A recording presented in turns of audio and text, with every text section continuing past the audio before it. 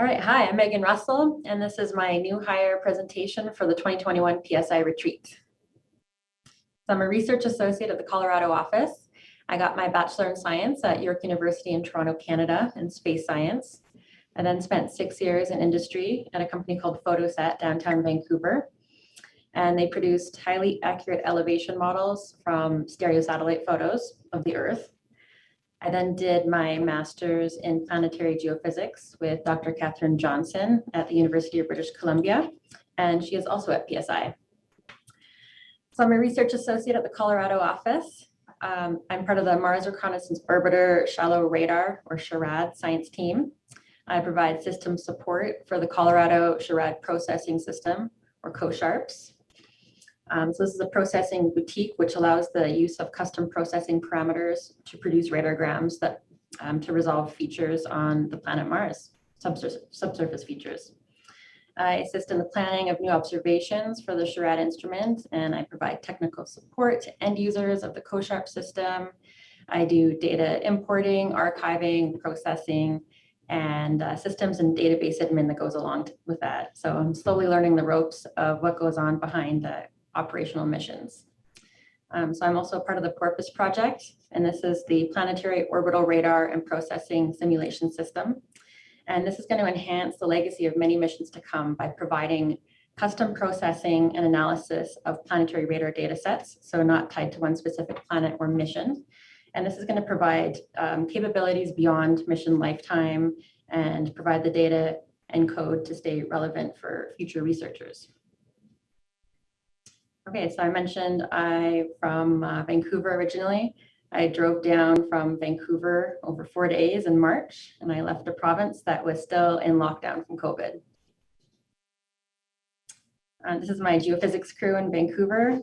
This is the CJMJ group at UBC Vancouver, and this is us at AGU in 2019. So during my road trip down, I took a lot of pictures of my car and rocks. These are various pictures of my time at Arches National Park in Utah and the Colorado National Monument near Grand Junction. And those are two places I would definitely recommend visiting. So when I got to Colorado, I promptly started doing all the Colorado things, which luckily overlapped a lot with my life in Vancouver. I continued snowboarding, hiking. The middle picture and the lower left ones are taken at the Colorado office. And this is kind of showcasing the fascinating late season snowstorms and the quick changes in weather that can happen here. So thanks to a good group of people here, I've picked up bouldering and rock climbing also, and apparently chasing the moon. That's Red Rocks on the left, and one of my roommates on the upper right there. Her name is Bonnie. Okay, so next I'm going to be talking about my research on Venus, and this is a paper that was recently published in GeoGR Planets and carried out with Dr. Catherine Johnson. So on the right-hand side is a topographic map of Venus, and our project area is in the yellow box there. And the paper is titled Evidence for a Locally Thinned Lithosphere Associated with Recent Volcanism at Eremiti Corona. So this research features a volcano on Venus, and her name is Narina Tholus. On Venus, Tholus is the name for a steep-sided volcano. Narina is the name for an Australian wild bird goddess, because features on Venus are named after feminine figures in mythology, and craters are named after notable women in history. So on the right is an oblique view of the higher resolution stereo-derived topographic data that we use, and that's Narina Tholus, which is about 40 kilometers across. So why study a volcano on Venus? Well, the surface is geologically young, meaning it's about 300 to 1 billion years old, and we still really don't know why. One clue to this could be brought to us by studying heat flow to probe the current and past geodynamic state of Venus. And in this work, we investigate a signature of lithospheric flexure to get an estimate of heat flow at Narina Tholus. Okay, so what kind of data are we working with? Well, this is from the Magellan mission in the early 90s. So the synthetic aperture radar images to see through the surface or through the atmosphere and image the surface, and radar derived altimetry. And they both have global coverage, but the topographic resolution is not so great to other planetary bodies like Mercury, Mars, the Moon, and even Pluto. So on the right-hand side of the slide, they're showing two different steep-sided domes with the radar, altimetry, and the grid that was derived from that. And you can see that there's pretty good coverage over these domes, except the resolution isn't really great. It's very pixelated. On the far right-hand column is showing the same two steep-sided domes, but this time with the stereo-derived topography. And so you can see there's an improvement in resolution, but not great coverage. So I would argue that we currently have insufficient data to carry out systematic investigations of flexure at these features.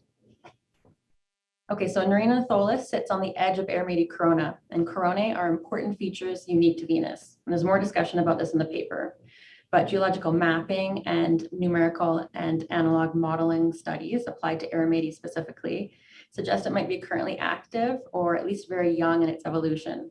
So Narina Tholus, sitting on the edge of one of these active coronae, provides an opportunity to establish an estimate of local heat flow and put that in the context of the evolution of the regional area and also potentially active features on Venus. Okay, so how do we derive heat flow from lithospheric flexure? Well, we start by taking a series of topographic profiles, for example, centered at Narina, and you can see on the left-hand side are my profiles. And we're going to model the lithosphere as a thin, flexing elastic plate. Each profile is modeled for a range of elastic thickness values, and we find the best fit root mean squared between the data and the model. And in the center, showing our profiles, the data are the black line, and our modeled deflection is the red dashed line, with our elastic thickness values at the end of those profiles. The table on the far right summarizes our results for each profile we modeled, shows the converted mechanical thicknesses and the corresponding thermal gradients. And in the paper, we go into much greater detail about how this is done. So at this volcanic construct, we get an estimate of thermal gradient at Narina Tholi of 73 Kelvin per kilometer. So how does this compare to previous results or expected values? The graph on the left has a lot going on, but it's basically summarizing previous results of modeling for thermal gradients. The bottom beige bar shows modeled values for Venus as a whole, geodynamic modeling. The top beige bar shows terrestrial average values. The purple bar represents earlier investigations of large features like Coronae, showing results somewhat consistent with geodynamic modeling. However, the black donuts represent a set of slightly smaller coronae from a 2018 study by O'Rourke and Smrekar, including Aermeti. And they showed values of elevated thermal gradient compared to previous results. So our modeling at Narina Tholus, which is the smallest feature yet to be investigated this way, returns a value somewhere around in the upper left-hand corner there, 73 Kelvin per kilometer, with a range depending on what values we use for Young's modulus. And of course, more details are in the paper. So we find a signature of thin lithosphere from locally elevated heat flow associated with volcanism at Aermeti Corona. So our interpretation of this is that this elastic thickness value, for example, may represent the thickness of an elastic lid overlying a magma reservoir below the Tholi. And recent thermomechanical modeling by Gulcher et al. 2020 suggests that the morphology of Aermeti Corona indicates it's still in the early stages of its evolution, possibly only 1.4 million years old. And we are looking at a feature that is stratigraphically younger than Aermeti, which provides an important timing estimate.